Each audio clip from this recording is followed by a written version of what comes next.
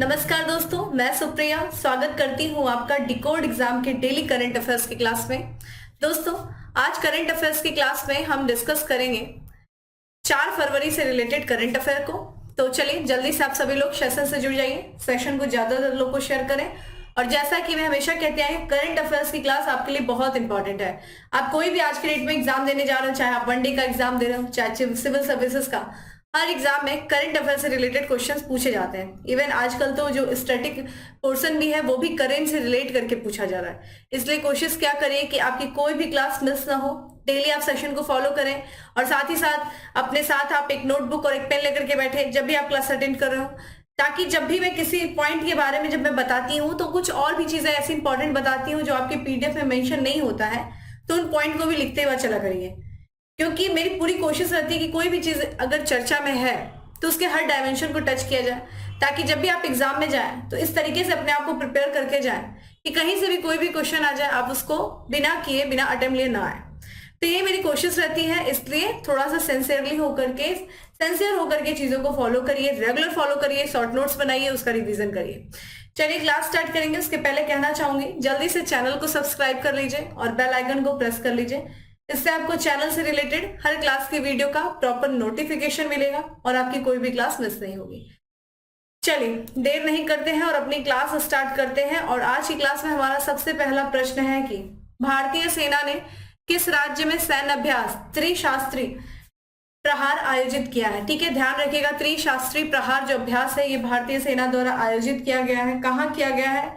Options आप देख रहे हैं। जिन्हें आंसर आता है वो वीडियो को पॉज करें, कमेंट बॉक्स पे आंसर करें, और जिन्हें नहीं आता है वो सेशन को ध्यान से देखें। और करेक्ट आंसर सी है, पश्चिम बंगाल के जो है पश्चिम बंगाल में यानी कि उत्तर बंगाल में ये सैन्य अभ्यास आयोजित किया गया। नाम क्या है? त्रिशास्त्री। आइए इसके बारे में बात कर लेते हैं। तो ये ध्यान रखिएगा, ये एक संयुक्त प्रशिक्षण अभ्यास है। ठीक है, सभी सेनाएं जो है इसमें भाग ली थी संयुक्त प्रशिक्षण अभ्यास में, और नाम क्या है? अभ्यास त्रिशास्त्री प्रहार। ध्यान रखिएगा, ये अभ्यास 21 जनवरी से शुरू हुआ था, 31 जनवरी तक चला है। कहाँ पे? उत्तर बंगाल में। ठीक है, तो उत्तरी बंगाल वाले क्षेत्र में। इस अभ्यास में देखिए एक तरीके से उद्देश्य क्या है, एक जितने भी जो अभ्यास है इसका उद्देश्य अगर बात किया जाए तो एक नेटवर्क का स्थापित करना, साथ ही साथ एकीकृत वातावरण में एकजुट होकर के जितने भी, देखिए आज हम डिफेंस के क्षेत्र में नई नई टेक्नोलॉजी को लेकर के आ रहे हैं, जितने भी हम जो उपकरण जो इंस्ट्रूमेंट यूज करते हैं, जो हथियार इस्तेमाल करते हैं वो नई टेक्नोलॉजी के आ रहे हैं। तो हमें ऐसा तो है नहीं कि हम देखते ही उसका इस्तेमाल कर लेंगे, नहीं, हमें उसके लिए पहले प्रैक्टिस करनी होगी, अभ्यास करना होगा इन नए नए टेक्नोलॉजी के नए नए जो हथियार है उनका इस्तेमाल करने का। तो बेसिकली ये देखा जाए ये उद्देश्य उसी के लिए है कि जो नए हथियार आ रहे हैं, जो उपकरण आ रहे हैं, उनका उपयोग करने के लिए सुरक्षा बलों की तैयारी जो है करना, जितने भी सुरक्षा बल हैं वो इनका उपयोग करेंगे, पहले से प्रैक्टिस करेंगे। ठीक है, और इसमें देखिए शामिल कौन कौन से हैं। सबसे पहले सेना है, फिर भारतीय वायु सेना भी है, और सेंट्रल आर्म पुलिस फोर्सेस जो है, ये सभी हथियार और सेवाएं जो है इसमें शामिल किए गए हैं। तो एक तरीके से ये संयुक्त सैन्य अभ्यास है। ठीक है, अभ्यास का समापन देख लीजिए 31 जनवरी को हुआ था 2023 में। और ये देखा जाए तो 31 जनवरी को तिस्ता फिर राइफलिंग यहाँ पे फायरिंग रेंज में एकीकृत अग्नि शक्ति अभ्यास के साथ ही हुआ था। ठीक है, ये अभ्यास है। ठीक है, तो इसी के साथ साथ जो है इसका पूरा कार्य किया गया। तो ये ध्यान रखिएगा, ये जो इस साल संयुक्त प्रशिक्षण अभ्यास है, अभ्यास त्रिशास्त्री प्रहार, ये आयोजित किया गया है पश्चिम बंगाल में। ठीक है, ये चीज ध्यान रखिएगा। चलिए अगले प्रश्न की तरफ बढ़ते हैं। और हमारा अगला प्रश्न है कि निम्न में से किस राज्य या केंद्र शासित प्रदेश ने स्कूली शिक्षकों के लिए जीवन विद्या शिविर का आयोजन किया गया? ध्यान रखिएगा, ये शिक्षकों के लिए है। तो जो सरकारी स्कूल के जो अध्यापक, जो टीचर्स हैं, उनके लिए एक सरकार के द्वारा, चाहे केंद्र सरकार है कि राज्य है, यहाँ पे केंद्र शासित है प्रदेश के सरकार, तो ये देखा जाए यहाँ पे जीवन विद्या शिविर जो है आयोजित किया गया है। किस राज्य या केंद्र शासित प्रदेश के द्वारा दोस्तों? तो करेक्ट आंसर इज ए है, नई दिल्ली। ठीक है, नई दिल्ली के सरकार के द्वारा ये किया गया है। तो ध्यान रखिएगा, यहाँ पे जो एक ट्रेनिंग सेंटर एजुकेशन रिसर्च है, ध्यान रखिएगा, Delhi state council of education research and training. ठीक है, इसने देखा जाए एक त्यागराज स्टेडियम है, वहां पे एक शिविर का आयोजन किया जिसका नाम है जीवन विद्या शिविर। ठीक है, इस शिविर में लगभग देखा जाए जो दिल्ली सरकार के जो स्कूल है, यानी कि जो दिल्ली के सरकारी जो स्कूल हैं, उन्हीं के शिक्षकों के लिए था। और ये 5 दिनों तक चलने वाला ये शिविर था जिसका नाम क्या है? जीवन विद्या शिविर। ठीक है, ये जो शिविर है दोस्तों यानी कि जीवन विद्या ए नागराज के सह अस्तित्व दर्शन पर आधारित एक सह अस्तित्व कार्यशाला है। ठीक है, इसमें देखिए इस शिविर में क्या हुआ, एक तरीके से जीवन को समझने के लिए, ठीक है, क्या है जीवन, जीवन का उद्देश्य क्या है, इन सब चीजों को समझने के लिए इस शिविर का आयोजन किया गया है। दूसरे शिविर के माध्यम से एक तरीके से आपने दो शब्द सुनेंगे, यथार्थ और आदर्श। आदर्श और यथार्थ के बीच में क्या फर्क है इसकी स्पष्टता प्रदान करने के लिए, ठीक है। देखिए आदर्श क्या होता है, हम सब कुछ बहुत अच्छा अच्छा सोचते हैं, है ना। मान लीजिए कि कोई बहुत हम अच्छा सोच रहे हैं, हम सब अगर हम सरकार बनते हैं तो हम ये एकदम भ्रष्टाचार खत्म कर देंगे, हम ये कर देंगे, बहुत आदर्शवादी बातें सोचते हैं। लेकिन जब हम वास्तविकता में आते हैं यानी कि यथार्थ है बिल्कुल उसका उल्टा है, ठीक है। तो आदर्श और यथार्थ, ठीक है, तो इन सब में डिफरेंस करना, ठीक है। वास्तविकता क्या है, ठीक है, जीवन अस्तित्व के जो सभी पहलू हैं वो क्यों है, कैसे है, ये सभी जो है हमारे जीवन से जुड़े हुए जो सारे पहलू हैं किस तरीके से हमसे कनेक्ट हैं, ये सारी चीजों पर एक व्यापक स्पष्टता प्रदान करने के लिए, ठीक है, अपने जीवन के मूल उद्देश्य को जानने के लिए जीवन विद्या शिविर का आयोजन किया गया है। ठीक है, तो यहाँ पे ध्यान रखिएगा, इस शिविर में देखा जाए लगभग 28 जनवरी को हुआ था, 28 जनवरी से लेकर के 1 फरवरी तक आयोजित किया गया था। और दिल्ली के लगभग जितने भी सरकारी स्कूल के जो अध्यापक हैं, लगभग 4,500 से जो अधिक शिक्षक हैं, वो जो है इस स्कूल के जो जीवन विद्या शिविर है उसमें इन्होंने भाग लिया था। ठीक है, तो बेसिकली ध्यान रखिएगा कि किस जो है Delhi state council for education research and training के द्वारा आयोजित किया गया था, क्या, जीवन विद्या शिविर दिल्ली से। ठीक है, चलिए अगले प्रश्न की तरफ बढ़ते हैं। अगला प्रश्न है कि विश्व अंतर धार्मिक सद्भाव सप्ताह कब से कब तक मनाया जा रहा है। ठीक है, अंतर धार्मिक सद्भाव, एक दूसरे के धर्मों के प्रति सद्भाव रखना या फिर सामंजस्य बनाना, इसी के लिए जो है ये सप्ताह का आयोजन किया जाता है। कब से कब तक किया गया दोस्तों, तो 1 फरवरी से लेकर के 7 फरवरी। ठीक है, आंसर ये है इसका। आइए इसके बारे में बात करते हैं। तो देखिए हर साल जो है वर्ल्ड इंटरफेथ हार्मनी वीक मनाया जाता है। नाम क्या है यहाँ पे, विश्व अंतर धार्मिक सद्भाव सप्ताह मनाया जाता है। कब, फरवरी के पहले सप्ताह में, फर्स्ट वीक में सेलिब्रेट किया जाता है। कब से कब तक, 1 फरवरी से लेकर के 7 फरवरी के बीच में। ठीक है, ये जो विचार है दोस्तों, ये प्रस्ताव लाया गया था यूनाइटेड नेशन जनरल असेंबली के द्वारा, और जितने भी दुनिया में धर्म है उन सभी धर्मों के, ठीक है, बीच शांति को विश्वव्यापी उत्सव का आह्वान करना, यानी कि सभी धर्मों के बीच में आपस में शांति हो, एक मेल मिलाप हो, एक सामंजस्य हो। इसी उद्देश्य के साथ यूनाइटेड नेशन जनरल असेंबली ने इस प्रस्ताव को लाया था कि हम जो है विश्व अंतर धार्मिक सद्भाव सप्ताह मनाएंगे। इसकी शुरुआत देखिए 2010 में की गई थी। जॉर्डन के HM किंग अब्दुल्ला द्वितीय और HRH प्रिंस गाजी मोहम्मद ने जो है इस सप्ताह की शुरुआत की थी। ठीक है, इस सप्ताह के बारे में बात करें, देखिए सप्ताह भर चलने वाला ये एक तरीके से उत्सव है। लक्ष्य क्या है, लोगों को एक साथ लाना। ठीक है, चाहे वो किसी भी धर्म के हो, सारे धर्मों को एक साथ लेकर के आना, सारे धर्मों के बीच में एक सद्भावना, एक दूसरे के प्रति प्यार। ये नहीं कि भाई तुम इस धर्म के हम इस धर्म के, ऐसा कुछ नहीं, सभी लोग एक हैं। ईश्वर की नजर में तो सभी लोग एक हैं। वो तो यहाँ पे आने के बाद चीजें बदली, चाहे हमने पॉलिटिकल बॉर्डर बना लिया, आपस में एक धर्म के नाम पे अपने आप को अलग कर लिया, लेकिन नहीं, कुदरत ने तो कुछ ऐसा नहीं बनाया था, है ना। तो लेकिन फिर भी हम एक दूसरे के साथ रहें, हम एक दूसरे के साथ प्यार से रहें, सद्भावना के साथ रहें, इसी उद्देश्य से इस दिवस को मनाया जाता है। आप लोग का वर्क देख लीजिए क्या है आज का। आप लोग खोलेंगे पॉलिटी, ठीक है, बात कर रहे हैं धर्म के बारे में। ठीक है, तो पॉलिटी खोलेंगे और आप मुझे बताएंगे कि धर्म, ठीक है, धार्मिक स्वतंत्रता का जो अधिकार है वो आपके किस अनुच्छेद में दिया है। ठीक है, तो आप पहले बात करेंगे किस पार्ट में है।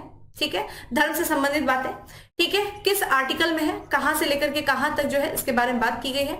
तो आज आपका काम ये है। ठीक है, तो जैसे ही कोई चीज चर्चा में रहती है तुरंत देखें कि इससे स्टैटिक्स क्वेश्चन क्या आ सकते हैं। आ गया, पॉलिटी खोलेंगे, आपको पता चल जाएगा कि भाई धर्म से संबंधित किस में क्या बात की गई है, किस भाग में, वो भाग क्या है, कब कहां से लेकर के कहां तक धार्मिक स्वतंत्रता का अधिकार आपको दिया गया है। तो उसके बारे में थोड़ा सा बारीकी से पढ़ लीजिए, तैयार हो गया आपका स्टैटिक्स, और साथ में आपका करंट भी तैयार हो गया कि भाई हमने 1 से लेकर के 7 फरवरी तक, ठीक है, विश्व अंतर धार्मिक सद्भावना दिवस मनाया। ठीक है, तो ये आपका क्या हो गया, करंट हो गया। चलिए अगले प्रश्न की तरफ बढ़ते हैं। और अगला प्रश्न है हमारा कि मैनुएला रोका बोटे किस देश की पहली महिला प्रधानमंत्री बनी है। तो ये पहली महिला प्रधानमंत्री है जिनका नाम है मैनुएला रोका बोटे, और ये देखिए लेबनान के है, इक्वेटोरियल गिनी यानी कि भूमध्य जो है रेखा गिनी, और यहाँ पे चाड या फिर नाइजीरिया, अफ्रीकी देश का ही है, ये अफ्रीकी कॉन्टिनेंट का ही ये देश है इक्वेटोरियल गिनी। वहीं की ये पहली महिला प्रधानमंत्री बनी है। स्क्रीन पे आप इनकी तस्वीर देख सकते हैं। नाम देखिए क्या है, मैनुएला रोका बोटे। और ये इक्वेटोरियल गिनी के जो है नए प्रधानमंत्री नियुक्त किया गया है इनको, ठीक है। तो देखिए जब पहली महिला किसी चीज पे बैठती है, प्रमुख बनती है, चाहे वो संस्था हो या किसी देश की प्रधानमंत्री या राष्ट्रपति हो, तो प्रश्न पूछा जाता है। जैसे WTO का भी आपसे पूछा गया है, ठीक है, किस देश से संबंधित है ये भी पूछा गया है। तो ये सारी चीजें आपके लिए इंपॉर्टेंट हो जाता है। जैसे ये आपका मैनुएला रोका बोटे जो है ये पहली महिला प्रधानमंत्री है इक्वेटोरियल गिनी की, और ये वहां की पहली, और इससे जो है इसके पहले जब ये प्रधानमंत्री नहीं बनी थी तो इसके पहले ये वहां की शिक्षा मंत्री थी, ठीक है। इन्होंने स्थान किसका लिया है, तो वहां के जो पूर्व प्रधानमंत्री थे फ्रांसिस्को पास्कुअल ओबामा अस्यू का स्थान इन्होंने लिया है। और ये घोषणा की गई है किसके द्वारा, वहां के जो राष्ट्रपति हैं थियोडोरे ओबियांग गुएमा माबासोगा, ठीक है, माबासोगो के द्वारा इसकी घोषणा की गई है। आइए इसके बारे में बात कर लेते हैं, थोड़ा सा देख लेते हैं, लोकेशन देख लेते हैं। देखिए ये आपके सामने जो है अफ्रीका कॉन्टिनेंट खुला है, और इसके ईस्ट में आपको दिख जा रहा होगा ये इक्वेटोरियल गिनी, ठीक है, जो कि अटलांटिक सागर से लगा हुआ है, ठीक है। और यहाँ पे आप देख सकते हैं, ये देखिए आप यहाँ पे है इक्वेटोरियल, यहाँ देखिए कैमरून हो गया, रिपब्लिक कांगो हो गया, गैबोन से अपनी जो है ये सीमा को साझा कर रहा है इक्वेटोरियल गिनी, क्योंकि इक्वेटोरियल यहाँ से देखिए इक्वेटोरियल जो है भूमध्य रेखा वो यहीं से गुजरती है, इस कारण से इसका नाम इक्वेटोरियल गिनी रखा गया है। जैसे इक्वेटर कंट्री है ना साउथ अमेरिका की, इक्वेटर क्यों, इक्वेटर मतलब होता है भूमध्य रेखा का द्वार, इक्वेटर का दरवाजा, इसीलिए उस कंट्री का नाम इक्वेटर है, ठीक है। इक्वाडोर पड़ गया, इक्वा मतलब इक्वेटर, डोर मतलब द्वार, ठीक है, तो भूमध्य रेखा का द्वार, इसीलिए उस कंट्री का नाम इक्वाडोर पड़ा, ठीक है, साउथ अमेरिका की कंट्री है। इसी तरीके से ये गुइनिया से भी निकलता है, इसलिए इसको इक्वेटोरियल जो है गिनी कहा जाता है, माफ करिएगा, इक्वेटोरियल गिनी। और यहाँ पे ध्यान रखिएगा, यहाँ पे राजधानी क्या है, ध्यान रखिएगा, मालाबो जो है यहाँ की राजधानी है। ये अफ्रीका का एक देश है, पश्चिमी तट पर स्थित है। राष्ट्रपति हम लोगों ने देख ही लिया, तो ये दोरो माबासोगा जो है यहाँ के राष्ट्रपति। मुद्रा की बात किया जाए दोस्तों तो फ्रैंक जो है यहाँ की करेंसी है, ठीक है। तो थोड़ा सा इसकी लोकेशन अच्छे से देख लीजिए आप लोग। अब बात करते हैं हम अगले प्रश्न की, और हमारा अगला प्रश्न है कि निम्नलिखित में से किसके द्वारा क्रिटिकल एंड इमर्जिंग टेक्नोलॉजी पर US इंडिया इनिशिएटिव लॉन्च किया गया है। तो क्रिटिकल एंड इमर्जिंग टेक्नोलॉजी पर US इंडिया इनिशिएटिव जो लॉन्च किया गया है किसके द्वारा, तो अजित डोभाल, ठीक है, नेशनल सिक्योरिटी एडवाइजर है अजित डोभाल, उनके द्वारा किया गया। आइए बात कर लेते हैं। तो देखिए जो भारत के राष्ट्रीय सुरक्षा सलाहकार है, नेशनल सिक्योरिटी एडवाइजर जो है अजित डोभाल, और इन्हीं के समकक्ष जो अमेरिका के सिक्योरिटी जो एडवाइजर है जिनका नाम है जैक सुलिवन, उन्होंने मिलकर के 31 जनवरी को, ध्यान रखिएगा, वाशिंगटन जो कि USA United state of America की कैपिटल है, USA में क्रिटिकल एंड इमर्जिंग टेक्नोलॉजी पर US इंडिया पहल की शुरुआत किया, ठीक है। किससे संबंधित है, क्रिटिकल एंड इमर्जिंग टेक्नोलॉजी, जो नई जो टेक्नोलॉजी उभर के आ रही है, जो क्रिटिकल है, जो बहुत नई है, उस पर एक दूसरे के साथ सहयोग करना, सामंजस्य करने के लिए ये इस पहल की शुरुआत की गई है भारत और US से मिलकर के, ठीक है। ये जो है ये संपन्न जो किया गया है US इंडिया, ठीक है, क्रिटिकल एंड इमर्जिंग टेक्नोलॉजी बैठक, ये संयुक्त राज्य अमेरिका और भारत दोनों के द्वारा जो है ये संपन्न किया गया है। और ये जो है ये जो पहल है वो एक तरीके से दर्शाती है कि जो प्रौद्योगिकी क्षेत्र में क्या रणनीति है, वाणिज्यिक और वैज्ञानिक दृष्टिकोण इन दोनों ही देशों का दर्शाती है। इसकी देखिए शुरुआत की गई थी, इस बैठक इस पहल की जो घोषणा की गई थी वो मई 2022 में किया गया था। जो प्रधानमंत्री भारत के हैं नरेंद्र मोदी जी और जो राष्ट्रपति जो बाइडेन के द्वारा इस जो है क्रिटिकल एंड इमर्जिंग टेक्नोलॉजी पर US इंडिया पहल की शुरुआत की बात की थी, ठीक है। यहाँ पे देखा जाए ये एक तरीके से यह जो है पहल ये दोनों देशों की सरकारों, ठीक है, व्यवसायों और शैक्षिक संस्थाओं के बीच उनकी रणनीतिक प्रौद्योगिकी साझेदारी और रक्षा औद्योगिकी यहाँ पे सहयोग को उन्नत और विस्तारित करना। तो दोनों देशों के बीच जो उनकी रणनीतिक प्रौद्योगिकी साझेदारी है उसका और विस्तार करना, ठीक है, रक्षा औद्योगिक जो सहयोग है उसको और बढ़ावा देना, उसको और विस्तारित करना। बेसिकली ये इसी बैठक का जो है ये जो पहल है यही इसका उद्देश्य है, ठीक है। आइए अब बात करते हैं अगले प्रश्न की, और हमारा अगला प्रश्न है कि निम्नलिखित में से कहाँ श्री अन्न उत्कृष्टता केंद्र की स्थापना की जाएगी। देखिए इस बार के जो बजट है उससे संबंधित ये प्रश्न है। बजट में बहुत सारे ऐसी जो है स्कीम, ऐसे बहुत सारी योजनाओं को घोषणा की गई हमारे वित्त मंत्री निर्मला सीतारमण जी के द्वारा।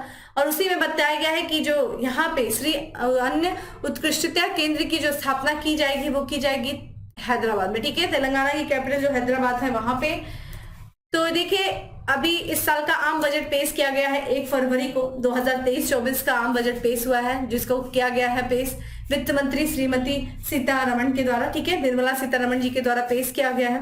बजट जब है पेश कर रही थी तो उन्होंने बहुत सारी घोषणाएं किया, बहुत सारी बातें उन्होंने बताई, जिसमें उन्होंने ये बताया कि भारत के बारे में देखिए, भारत बहुत सब दुनिया का सबसे बड़ा अन्न उत्पादक देश है। ठीक है, और सबसे बड़ा उत्पादक होने के साथ साथ दूसरा सबसे बड़ा निर्यातक है। भाई निर्यातक क्यों नहीं रहेगा, दुनिया की सबसे बड़ी आबादी भी तो हम ही होल्ड कर रहे हैं, हम ही खा पी पहले बराबर हो लेते हैं। ठीक है, इसलिए हम दुनिया के दूसरे सबसे बड़े निर्यातक हैं श्री अन्न के। ठीक है, श्री अन्न का सबसे बड़ा उत्पादक देश कौन सा हो गया, भारत हो गया, लेकिन निर्यात के मामले में वो दूसरे स्थान पे चला जाता है। तो इसी के साथ साथ उन्होंने ये भी बताया कि हम अपने अन्न जो है उत्पादन उसको और भी उत्कृष्ट करने के लिए, यानी कि श्री अन्न के लिए वैश्विक केंद्र बनाने के लिए, दुनिया का वैश्विक केंद्र बने, उसके लिए जो है भारतीय बाजरा अनुसंधान संस्था जो कि हैदराबाद में स्थित है, उसे क्या किया जाएगा, उसे हैदराबाद को उत्कृष्टता केंद्र सेंटर ऑफ एक्सीलेंस के रूप में बढ़ावा दिया जाएगा। ठीक है, जिससे क्या होगा कि यह जो है संस्थान सर्वश्रेष्ठ पद्धतियों, अनुसंधान और प्रौद्योगिकियों तो अंतर्राष्ट्रीय स्तर पर साझा कर सकेंगे। तो एक तरीके से सेंट्रल ऑफ एक्सीलेंस होगा, तो जो भी यहाँ की जो टेक्नोलॉजी है, जो पद्धति है, जो नई नई जो है रिसर्च हो रहे हैं, वो दुनिया के साथ साझा करा जा सकेगा अंतर्राष्ट्रीय स्तर पे। और साथ ही साथ भारत को जो है जो अन्न उत्पादन है उसको और भी बढ़ावा दिया जा सकेगा। तो ये थोड़ा सा इंपॉर्टेंट है कि कहाँ पे किया जा रहा है जो ये आपका सेंटर ऑफ एक्सीलेंस, तो ये किया जा रहा है भारतीय बाजरा अनुसंधान संस्थान का है दोस्तों, हैदराबाद। ठीक है, ये चीज इंपॉर्टेंट है। चलिए बजट से ही रिलेटेड दूसरा क्वेश्चन है यहाँ पे कि बजट में देखिए बहुत सारी स्कीम के बारे में बात किया गया कि बहुत सारी स्कीम जो है सरकार के द्वारा लाई गई है। उसी में से एक स्कीम, एक इनिशिएटिव के बारे में हम यहाँ बात करें जिसका नाम है मिष्टी। ठीक है, मिष्टी ये मत सोच लीजिएगा बंगाल की मिष्टी मिठाई नहीं। ठीक है, तो यहाँ पे देखिए जो अभी हाल फिलहाल में केंद्रीय बजट 2023-24 जो पेश किया गया है उसमें जो है मिष्टी पहल के बारे में बात की गई और यही पूछा जा रहा है कि ये मिष्टी पहल किससे संबंधित है, जलवायु परिवर्तन से, वायु प्रदूषण से, मैंग्रोव से या फिर कृषि क्षेत्र से। दोस्तों करेक्ट आंसर इज मैंग्रोव। ठीक है, मैंग्रोव से संबंधित है ये मिष्टी पहल। आइए इसके बारे में बात करते हैं।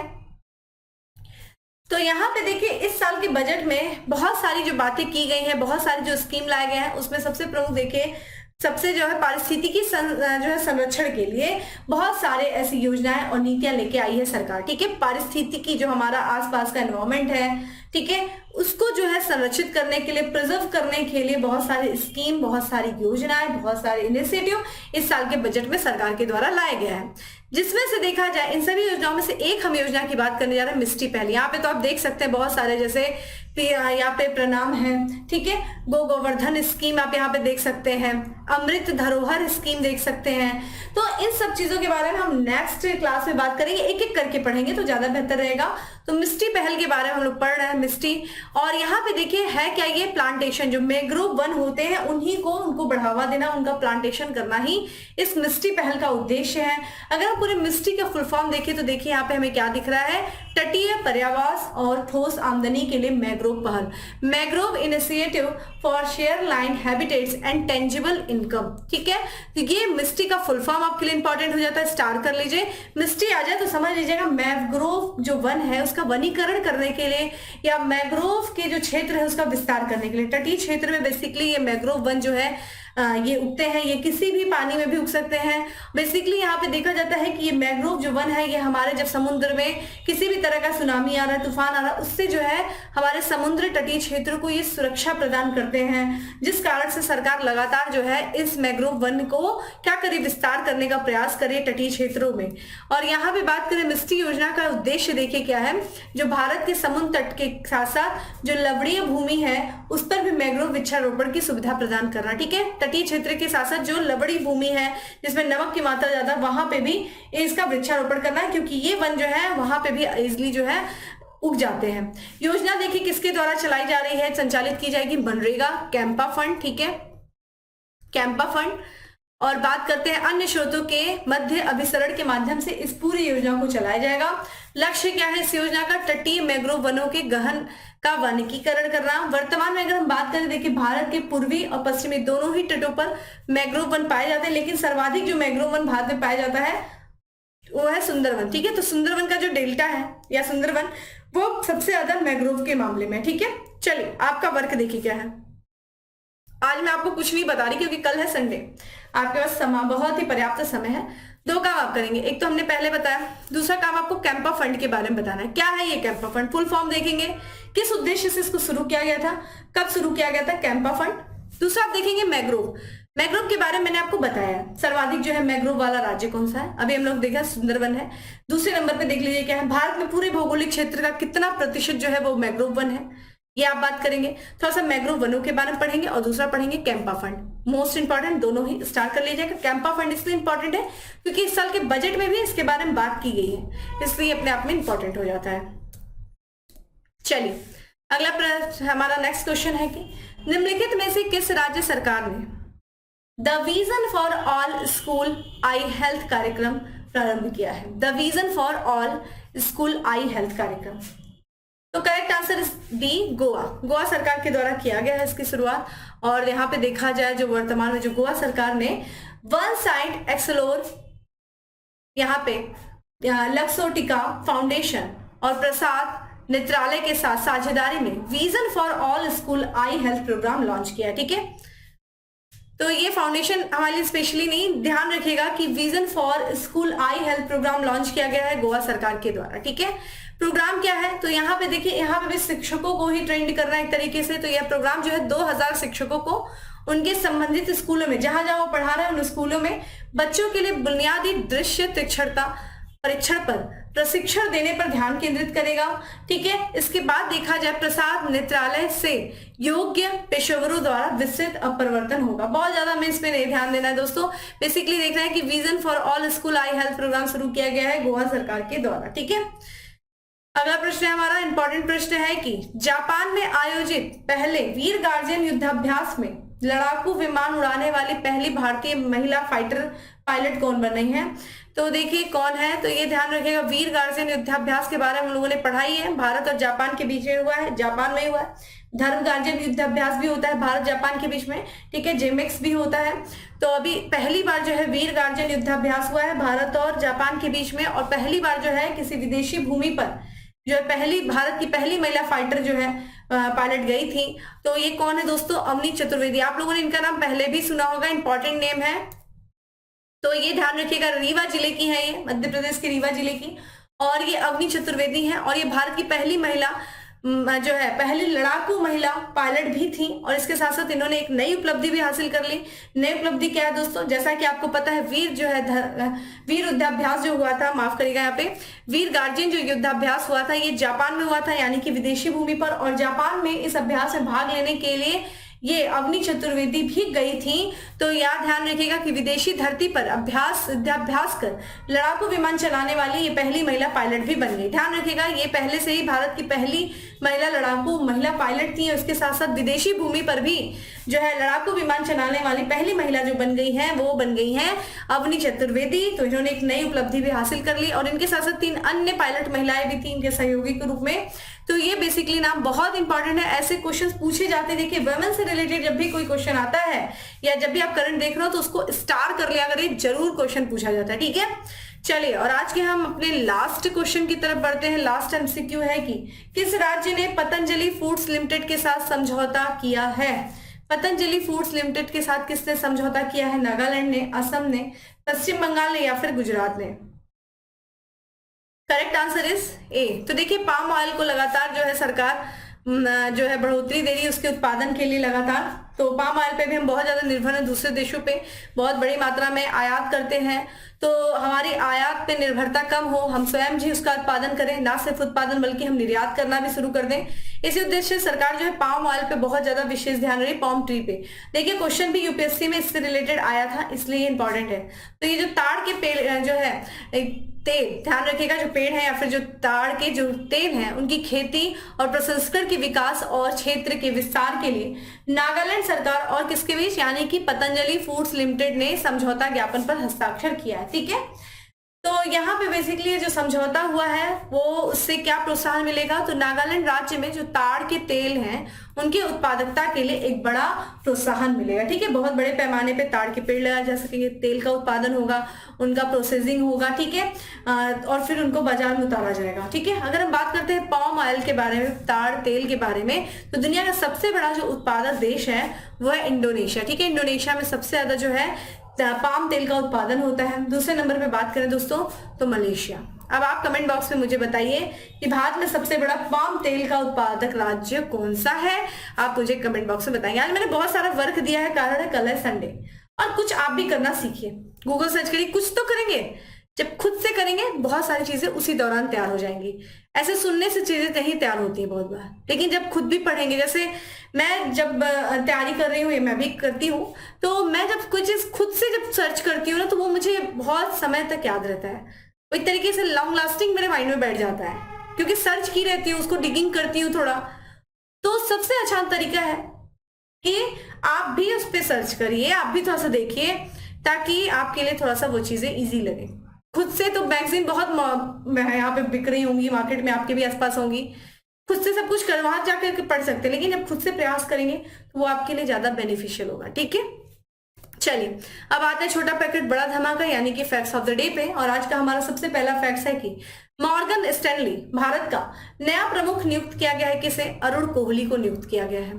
वहीं अगला हमारा आंध्र प्रदेश की नई राजधानी क्या होगी दोस्तों? विशाखापट्टनम। अमरावती होने वाली थी, लेकिन जब आंध्र प्रदेश से तेलंगाना अलग हो गया, पहले तो आंध्र प्रदेश की राजधानी हैदराबाद थी, लेकिन तेलंगाना अलग होने के साथ ही हैदराबाद हो गया था। तो यहाँ पे जो ध्यान रखिएगा, जो जून 2014 में ये अलग हुआ था, ठीक है, उसके बाद से अब जबकि इस साल जो नई राजधानी जो बताई जा रही है आंध्र प्रदेश की, वो विशाखापट्टनम होगी। भारत का अगला औषधि महानियंत्रक बनाने की सिफारिश की गई है। किसे? राजीव सिंह रघुवंशी को। अगला है कि हाल ही में टाटा स्टील शतरंज टूर्नामेंट 2023 का खिताब जीता है। किसने? अनीश गिरी ने जीता है। वहीं आज का लास्ट हमारा यहाँ पे फैक्ट्स ऑफ द डे है कि यूनिलीवर के नए सीईओ चुने गए हैं। कौन? हेनु शुभांकर। ठीक है, सुमाका। तो दोस्तों ये था आज का हमारा करंट अफेयर्स। इस दौरान हम लोगों ने बहुत सारी इंपॉर्टेंट चीजें देखी, डिस्कस किया।